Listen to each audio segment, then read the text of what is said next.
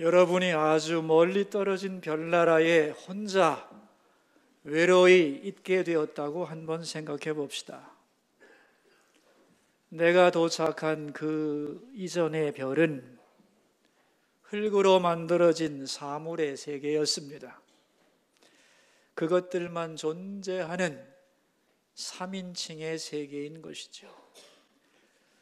그런데 내가 도착하고 난 후에는 그곳은 나라고 하는 1인칭과 그것이라고 하는 3인칭이 공존하는 세계가 됩니다. 그런데 내가 이제 그 별 안에 있는 어떤 것을 좋아하게 되고 그것을 너라고 부르기 시작하고 그것도 나를 너라고 불러주기 시작하면 그 별은 2인칭이 존재하는 완전한 세상이 되는 것입니다.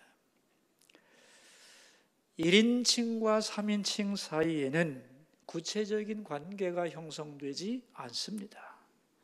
그러나 이제 내가 너라고 부르고 그가 나를 너라고 부르는 2인칭 관계가 성립이 되면 그 안에서는 서로의 존재를 인정하고 가치를 평가하고 서로 배려하고 공감하는 진정한 관계가 생겨나는 것이죠. 이제 2인칭이 존재함으로써 사물들의 세계에서 의미와 가치가 존재하는 세상으로 변하게 되는 겁니다. 이런 의미에서 2인칭, 나와 너라고 하는 관계는 아주 특별한 것입니다. 이 2인칭은 기적의 관계이며 동시에 사물의 세계를 가치와 의미의 세계로 바꾸어 버리는 놀라운 힘을 가지는 인칭입니다. 쉽게 말하면 나라는 존재가 있기 때문에 나와 너라고 하는 우리의 의미와 가치가 생겨나는 것이 아니고 나와 너라고 하는 우리가 있기 때문에 그 안에서 사랑받는 나라고 하는 나의 가치가 생기게 되었다는 거죠. 사물의 세계에서는 내가 있고 그래야만 우리가 존재하는 것이지만 의미와 가치의 세계에서는 우리가 있기 때문에 그 안에 있는 나라고 하는 존재가 있게 된다. 그런 말입니다. 이걸 유명한 철학자 마틴 부버는 태초에 관계가 있었다. 이런 말로 멋지게 표현을 했습니다. 여러분, 우리가 믿는 하나님은 홀로 존재하지 않습니다. 관계 속에 존재하십니다. 성부, 성자, 성령 하나님은 한 분이지만 서로 사랑하고 신뢰하는 개별자이기도 합니다. 하나님의 형상으로 창조된 인간도 똑같습니다. 홀로 있게 만들어지지 않았습니다.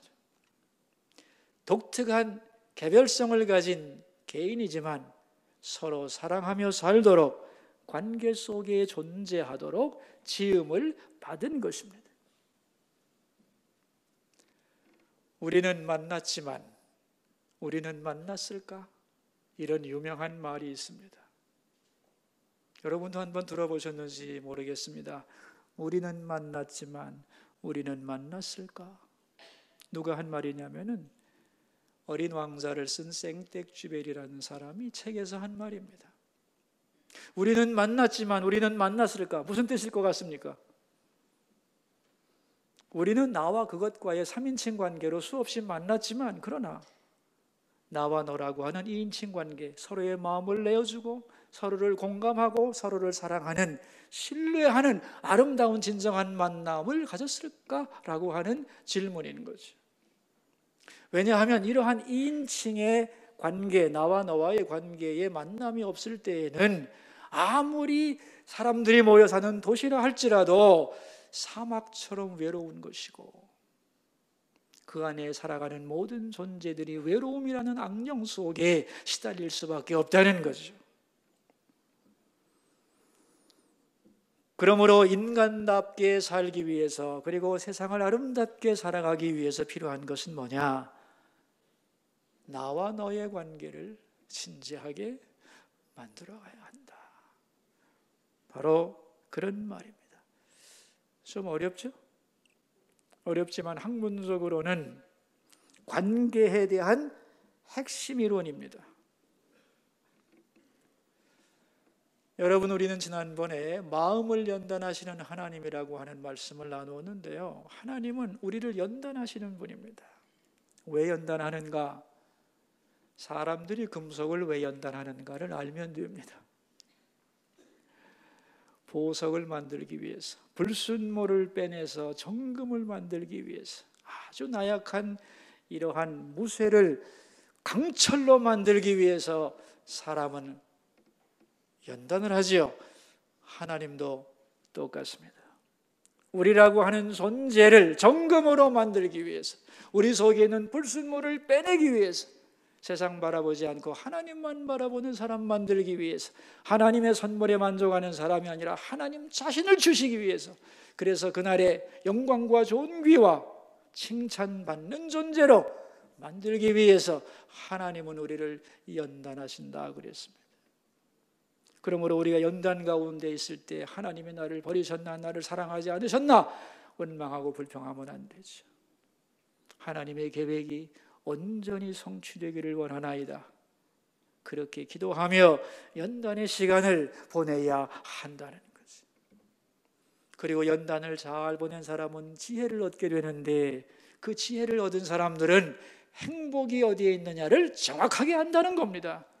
행복은 소유에 있는 게 아니다. 관계 속에 있는 거다. 화목한 관계. 그 속에서 인간은 행복을 누리게 되어 있다는 거죠. 문제는 어떻게 하면 화목할 수 있느냐는 거예요. 성경에 보면 화목하는 방법은 오직 한 가지뿐이죠. 뭐죠? 화목제물이 필요하죠. 우리가 하나님과 화목하기 위해서는 죄 없으신 예수 그리스도께서 화목의 제물이 되심으로 인하여 하나님과 우리가 화목하게 됐죠. 그래서 예수 믿는 사람의 별명이 뭐라고 그랬죠? 예수 믿는 사람의 별명이 화목하게 된 자, 화목하게 된 자입니다. 그런데 화목하게 된 우리들이 함께 살아가면서도 화목이 없다. 이게 우리의 실상이라는 거예요. 왜 그러냐는 거예요. 화목제물이 없기 때문에. 나는 너를 위해 이렇게 했는데 너는 나를 위하여 무엇을 했느냐고 대접받기를 원하기 때문에. 그러나 우리가 생각할 것은 예수님의 나를 위해 십자가에 죽으셨고, 하나님이 내게 베푼 사랑이 얼마나 많은데, 내가 그 사랑을 받았는데, 내가 그 사랑을 받은 사람으로서 내가 사랑해야 할 가족을 위해 아무 조건 없이 작은 사랑 하나 못 주겠는가? 이런 마음을 가지면 화목이 가능해진다고 했습니다. 다시 말하면 화목에는 희생과 죽음이 필요한데, 대접받으려는 마음 내려놓고 주님을 본받아 나도 화목제물 되리라. 이런 사람이 있으면 어떤 환경 속에서도 화목할 수 있는 거다. 아멘이죠? 그러나 이런 마음이 없다면 아무리 제육이 풍성하고 재산이 철철 넘쳐도 거기에는 다툼과 분쟁만 있을 뿐이요. 아니, 오히려 많이 가졌으면 가질수록 더 많은 치열한 싸움이 있을 수밖에 없는 것이 인간의 삶이라고 말씀을 드렸습니다. 오늘 본문은 공동체에 대한 말씀입니다. 혼자가 아니라 더불어 살아가는 지혜가 뭐냐를 말씀하는 게 오늘 본문의 내용인데요. 세 가지를 말씀합니다. 첫째, 왜 우리는 더불어 화목하게 살지 못하는가? 둘째, 그렇게 더불어 화목하게 살면 어떤 은혜가 주어지는가? 세 번째, 너와 내가 더불어 살면 다 되는 건가? 정말로 우리가 믿고 의지할 게 뭔가? 여기에 대한 말씀이 오늘 본문의 내용입니다. 먼저, 우리는 왜 더불어 화목하며 살지 못할까? 1절입니다. 함께 봉독하겠습니다. 무리에게서 스스로 갈라지는 자는 자기 소욕을 따르는 자라 온갖 참지혜를 배척하느니라. 무리에게서 스스로 갈라지는 자, 외톨이가 스스로 되는 자, 이런 사람이 있다는 거죠. 여기 무리라고 하는 말은 공동체입니다. 그죠? 공동체로부터 스스로 분리되고자 하는 자가 있다. 그런데 어떤 공동체냐는 거예요. 여러 공동체를 대입할 수 있습니다. 가정이라고도 할 수 있고, 직장이라고 할 수도 있고, 국가라고도 할 수 있고.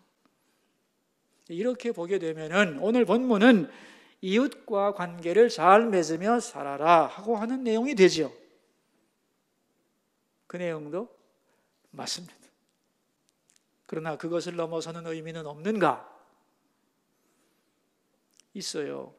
그래서 초대교회에서는 이 무리를 교회 공동체라고 해석을 했습니다. 교회를 중심으로 해석하는 것, 이게 영적인 방법입니다. 여러분 신앙생활을 하면서 스스로에게 이런 질문 해보신 적 있나요? 나 혼자만 하나님 앞에 똑바로 서면 되지, 왜 내가 다른 사람 생각해야 되지? 왜 주변의 사람들을 위해 내가 희생하고 불편을 감수해야 되는가? 나 혼자만 하나님 앞에 바로 서면 될 거 아니야? 라고 질문한 적 있나요? 있어요, 없어요? 그 질문에 대한 대답입니다. 1절이. 여러분, 하나님은 나를 개인적으로 구원합니다. 맞습니까? 우리의 구원은 하나님 앞에 개인적으로 받는 거죠. 맞아요, 틀려요? 아버지 때문에 구원받을 법이 없어요. 엄마 때문에 구원받지 못합니다. 나 개인과 하나님과의 관계예요. 개인적인 구원을 받습니다. 그러나 구원을 받고 나면 혼자 살지 않습니다. 새로운 관계를 하나님이 주셔요. 그래서 구원받은 사람들과 더불어 살도록 공동체를 주십니다. 이게 교회입니다. 그러므로 교회 안에는 하나님과 나와의 수직적인 관계도 있고 나와 너라고 하는 수평 관계도 존재하는 겁니다. 그러니까 믿음이 좋다고 하는 것은 무슨 뜻이냐면은 나하고 하나님과의 개인적인 관계도 좋아야 되는 것이고 동시에 우리에게 주어진 다른 사람들과의 관계도 좋아야만 한다는 뜻입니다. 이 두 관계가 온전해질 때, 균형이 잡힐 때에 그 신앙이 올바른 신앙이 되는 것이죠. 제가 질문을 하나 해볼게요. 여러분, 하나님을 사랑하는 게 쉽습니까? 어렵습니까? 한번 얘기해 보세요. 뭐 틀리면 어때요? 그죠? 쉽기도 하고 어렵기도 하죠. 어려운 이유는 보이지 않기 때문에. 그러나 쉽기도 해요. 왜? 사랑을 내가 늘 받으니까요. 하나님은 좋잖아요.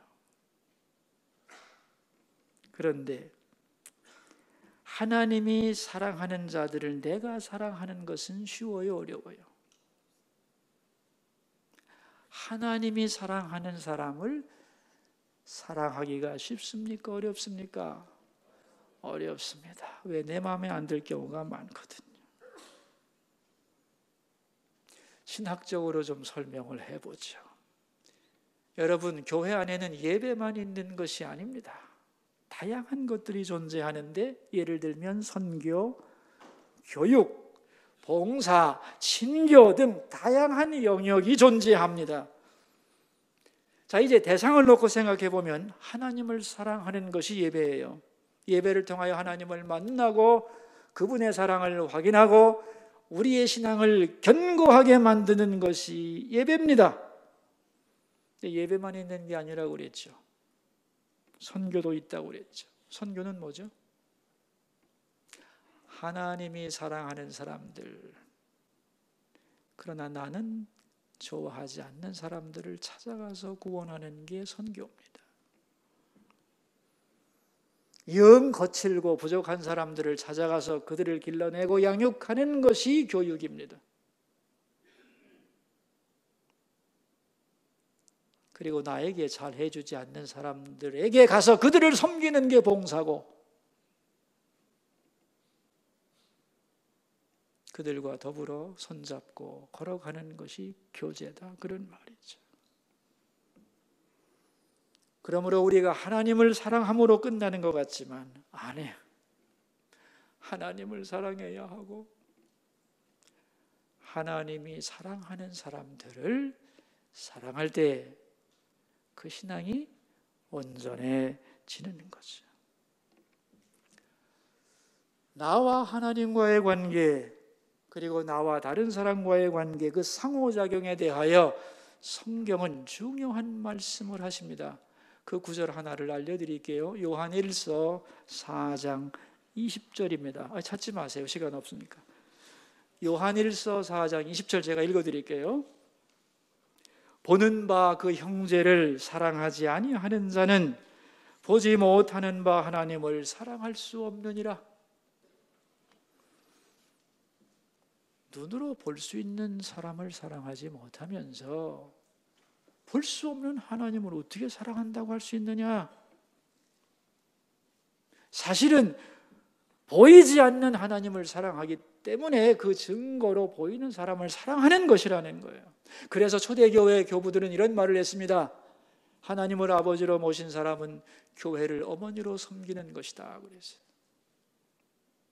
정말로 하나님의 자녀가 되었다면 이제 그에게는 어머니의 품과 같은 분리될 수 없는 교회라고 하는 공동체가 존재한다는 거예요.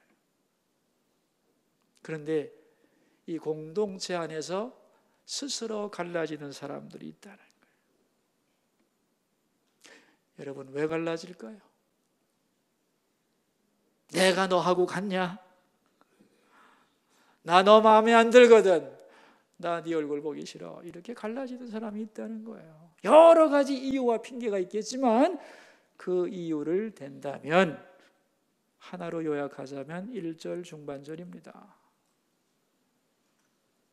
자기 소욕을 따르는 자라.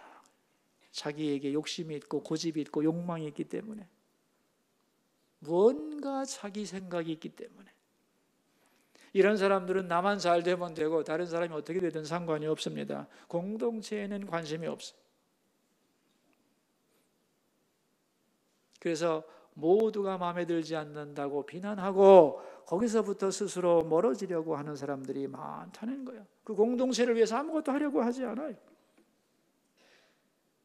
이러한 분리주의자들을 가리켜서 하나님은 어떻게 평가하시는가? 1절 하반절입니다. 뭐라고 하시죠? 온갖 참 지혜를 배척하느니라 그랬어요. 진정한 지혜를 외면하는 사람이라는 거예요. 그는 스스로는 지혜롭다고 생각하지만 하나님이 볼 때는 헛똑똑이다, 그런 얘기입니다. 여러분, 언제나 공동체 안에는 갈등이 있죠. 세상에는 갈등이 있잖아요. 가정에도 있고 나라에도 있고 일터에도 있는 거예요. 교회도 마찬가지. 그 문제가 있고 갈등이 있는 것이 정상인 겁니다. 그런데 그 갈등이 있을 때마다 비난하고 회피하고, 나는 이런 문제가 있기 때문에 싫어, 나는 이런 문제가 너한테 있기 때문에 난 너하고 얼굴 상종할 수 없어, 이런 식으로 무리를 이탈해서는 안 된다는 거예요. 이게 어떻게 보면 멋있어 보이고 깔끔해 보이고 뭐 대단한 것 같지만 그것은 참 지혜가 아니다 하는 말이죠. 문제는 이러한 갈등이 있을 때에 어떻게 극복해야 되느냐는 거예요. 먼저는 그런 갈등이 있다는 걸 인정해야 돼요. 그리고 힘들지만 함께 머리를 맞대고 풀어가려고 노력하고 기도하고 서로를 격려하면서 노력을 하다 보면 그런 가운데 참 지혜가 생겨나게 되는 거라는 거죠. 이런 과정이 아프긴 하지만 이런 과정을 통하여 진주를 얻게 되는 겁니다. 여러분, 조개 속에 모래가 들어오면 조개는 생살이 아리기 때문에 그죠? 견디느라고 막 액체를 뿜어내죠. 그것들이 모이고 결합해서 빛나는 진주가 되는 거죠.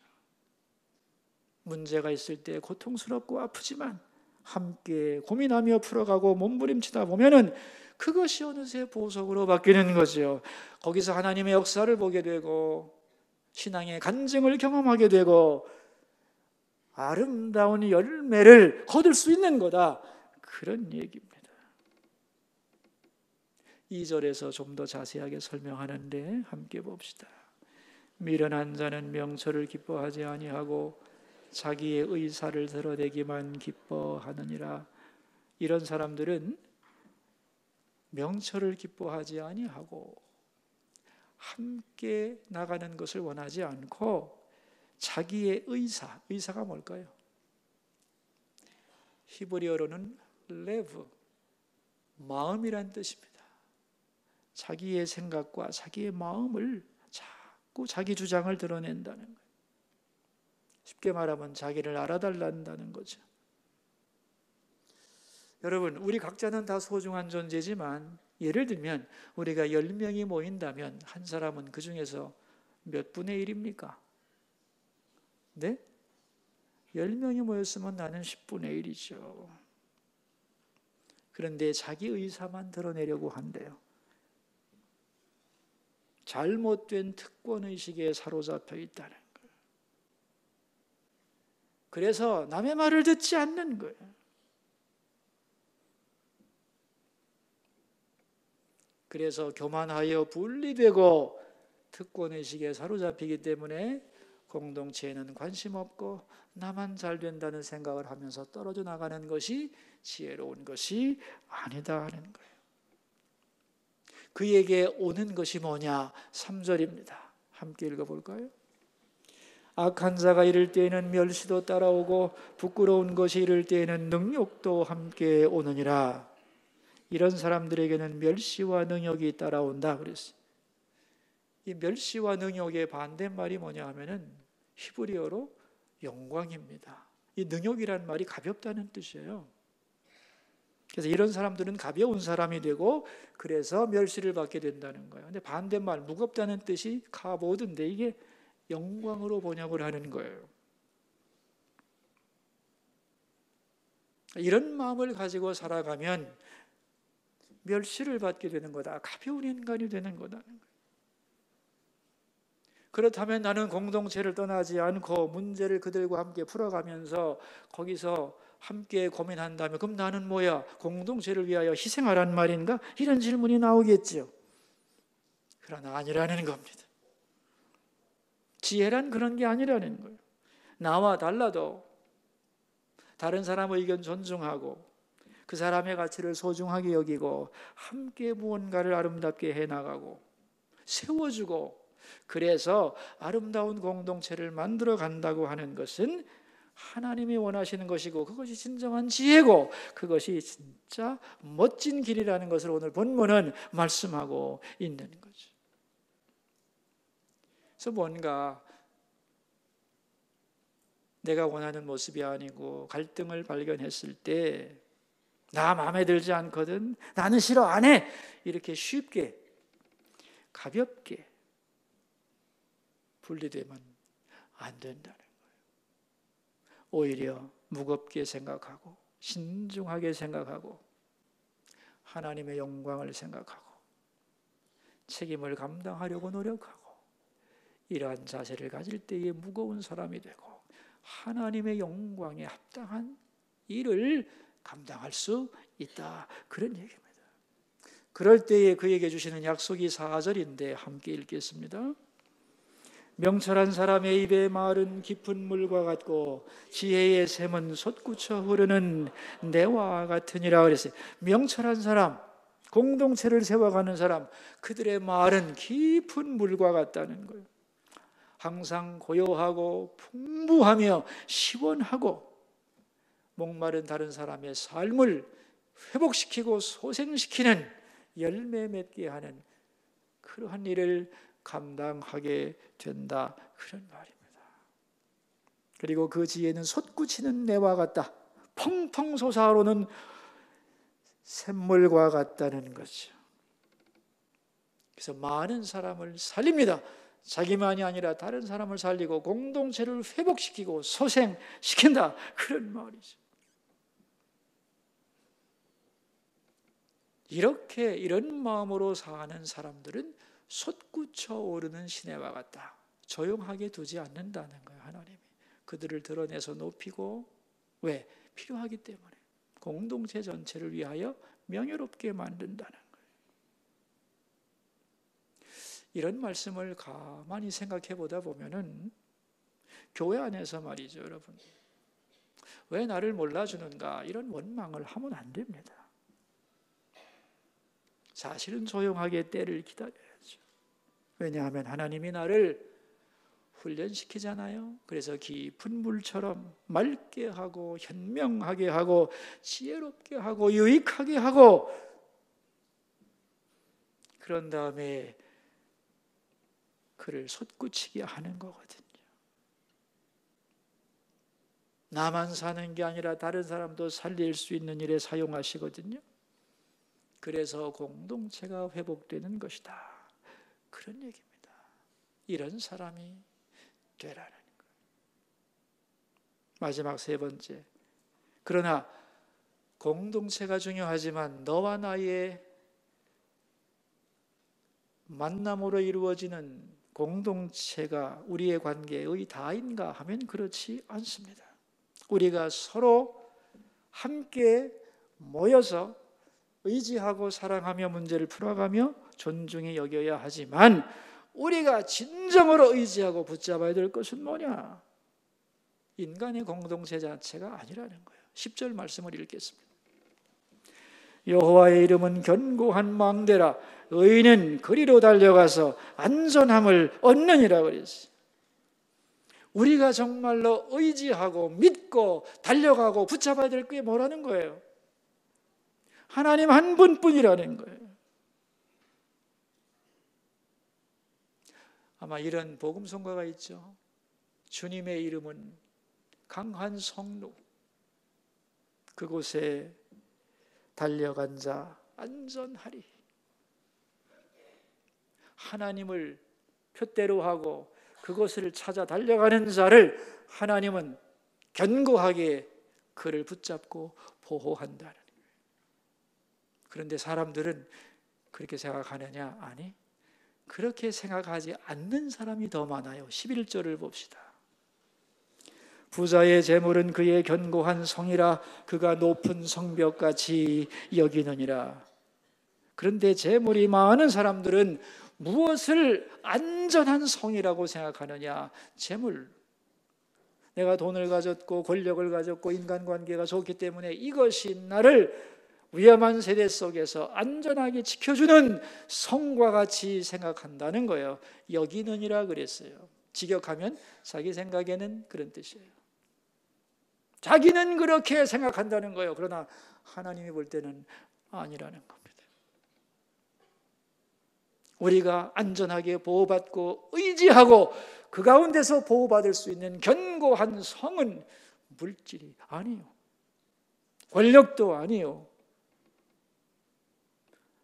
하나님의 이름, 하나님의 존재, 하나님 한 분뿐임을 믿습니다. 그러니까 오늘 본문 결론이 12절인데 같이 한번 읽죠. 사람의 마음의 교만은 멸망의 선봉이요 겸손은 존귀의 길잡이니라. 교만이라고 하는 게 뭐겠어요, 여러분? 오늘 본문을 놓고 볼 때 하나님 필요 없다는 거예요. 내가 가진 게 많기 때문에 그것이 견고한 성이라고 나는 생각하기 때문에 하나님 없어도 되고, 그리고 너 없어도 되거든. 왜? 이것만 가지면 나는 안전하다고 생각하는 것, 하나님도 필요 없고 다른 사람도 거추장스러울 뿐. 그런 마음을 가진 자는 교만하다 그랬어요. 그의 결론이 뭐예요? 그의 마지막이 멸망이다 그랬어요. 그럼 여러분, 겸손이란 뭐겠어요? 하나님만이 견고한 성입니다. 그곳으로 피할 때 내 인생은 안전합니다. 주님만이 나의 견고한 성입니다. 그리고 하나님, 나에게는 저 사람도 필요합니다. 나 혼자 안 됩니다. 위로는 주님을 바라보고 옆으로는 공동체를 소중히 여기는 사람, 그 사람이 겸손한 사람이라는 거예요. 그에게 뭐가 있겠다고 그랬어요? 존귀가 있겠다. 하나님이 그를 높이시고 공동체가 그를 사랑하겠다, 그런 말입니다. 그래서 오늘 본문은 공동체 속에서 우리가 어떠한 마음을 가지고 살아야 될 건가? 스스로 분리되고 나는 상관없다고 하는 분리주의자가 돼도 안 되고, 인간의 공동체에 올인해서 이것만 있으면 뭐가 두려우랴 라고 생각하는 것도 잘못이고, 진정한 성은 하나님 한 분, 그분을 믿고 그분께 달려가고 그분을 의지하는 신앙 안에서 우리에게 주신 공동체를 사랑하고 서로 섬기고 함께 문제를 풀어가고, 그리고 고민하면서 나갈 때 나도 살고 공동체도 살게 된다는 것이죠. 간절히 바라기는 여러분 모두 위로는 하나님을 의지하고 그분만을 견고한 망대로 삼기를 바랍니다. 그리고 옆으로는 내게 주신 관계를 무시하지 말고 소중히 여기고 함께 손잡고 가고 섬기면서 지혜로운 인생을 살기를 주님의 이름으로 축원합니다. 기도합시다. 우리 세 가지 기도 제목 가지고 주님 앞으로 나갑시다. 첫 번째 기도 제목입니다. 오늘 말씀을 생각하면서 위로는 하나님을 의지하게 하시고 옆으로는 주어진 공동체를 사랑하게 하옵소서. 우리 함께 기도하십시다. 여러분, 자기 소리가 자기 귀에 들리도록 소리를 내서 들은 말씀을 기도로 바꾸겠습니다. 하나님 아버지, 하나님은 우리에게 관계를 주셨습니다. 주신 관계 무시하고 소홀히 하고 살지 않도록 도와주소서.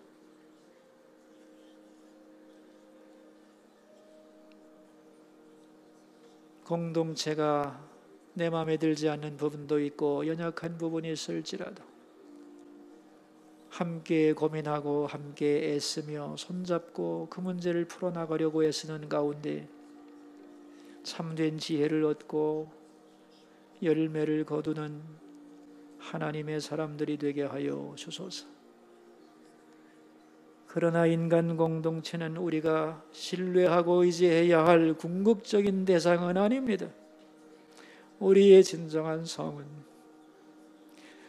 안전하고 견고한 성은 하나님 한 분뿐입니다. 그러므로 주여, 위로는 하나님을 굳게 붙잡고 의지하게 하시며 옆으로는 주어진 공동체를 사랑하고 섬기며 함께 걸어가는 아름다운 주님의 백성들이 다 되게 하여 주옵소서. 두 번째 기도 제목입니다. 여러분, 며칠 후면 3.1절 100주년이 되는 날입니다. 우리 교단 총회에서는 3.1절 100주년을 맞이하여 모든 성도들이, 그 당시 독립운동을 앞두었던 성도들이 읽었던 성경을 함께 읽고 그들이 드렸던 기도를 드리기 위해서 특별 예배를 드리기로 했습니다. 그래서 우리 교회는 내일부터 독립운동을 앞에 두었던 성도들이 엿새 동안 읽었던 성경을 새벽마다 읽으면서 나라를 위한 기도를 하겠고, 3월 1일 12시 정오에는 나라를 위한 기도회를 본당에서 가질 예정입니다. 한 주일 동안 나오셔서 나라 위하여 기도하시고 많이 참여해 주시기를 바랍니다. 우리 3.1절 100주년 기념을 위하여 우리 함께 기도합시다. 하나님 아버지, 감사합니다. 이 나라에 3.1절 100주년이 되는 날을 허락하시니 고맙습니다. 초대교회의 우리의 선조들은 나라가 어려울 때에 모든 사람에게 앞장서서 믿음의 사람들이 하나님께 나라를 위하여 기도하고 주님의 말씀을 붙잡고 기도하며 희생하고 섬기며 오늘에 이르게 되었습니다. 오늘 믿음의 후예들인 우리들이 다시 그때의 성경을 읽으며 다시 기도하기 위해서 한 주일 동안 3.1절 100주년 기념을 위한 새벽 예배를 가지고 당일 정오에는 나라를 위한 기도회를 가지려고 합니다. 성도들이 함께 마음을 모아서 나라를 위하여 기도하고 말씀을 붙잡고 나아가는 그러한 새로운 은혜를 내려주시고 이 나라 대한민국이 다시 하나님의 은혜 중에 미래를 향하여 힘차게 전진하는 계기가 될 수 있게 하여 주옵소서. 세 번째 기도 제목입니다. 오늘 저녁에 가정예배가 있습니다. 수서의 성도들이 가정예배 잘 드리게 하옵소서. 기도하겠습니다. 하나님 아버지, 수서교회는 매월 넷째 주일 저녁을 가정예배의 날로 정합니다. 그래서 한 달 동안 가족들이 서로에게 미안한 것 용서받고 용서해주고 감사한 것 서로 칭찬하고 고마워하고 한 달 동안의 기도 제목을 나누는 일들을 감당하고 있습니다. 오늘 저녁에도 그러한 가정예배가 잘 드려질 수 있기를 기도합니다. 한 달에 한 번씩 주 안에서 서로의 관계를 회복하는 은혜가 있도록 복 내려 주시기를 기도합니다. 그래서 거룩한 가정이 되고 화목한 가정이 되고 아름다운 공동체가 이루어질 수 있도록 역사하여 주옵소서. 하나님 감사합니다. 하나님은 우리를 관계 속으로 부르셨습니다. 그런데 우리는 나만 생각하고 내 생각만 옳다 생각하고 다른 사람에 대하여는 비난하고 무관심하게 살아갑니다. 이러한 어리석음에서 우리를 건져 주소서. 주어진 공동체를 감사히 여기고 그들을 사랑하고 함께 어울리며 문제를 해결하면서 지혜도 얻고 위로와 새 힘을 얻는 우리가 되게 하옵소서. 그래서 우리가 속한 공동체가 더욱 견고하고 평화롭고 아름다워지게 하여 주소서.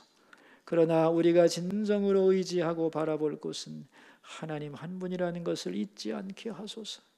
하나님과의 수직적인 관계, 사람들과의 수평적인 관계가 잘 조화를 이룬 올바른 신앙생활을 하게 하여 주옵소서. 예수님 귀하신 이름으로 기도하옵나이다.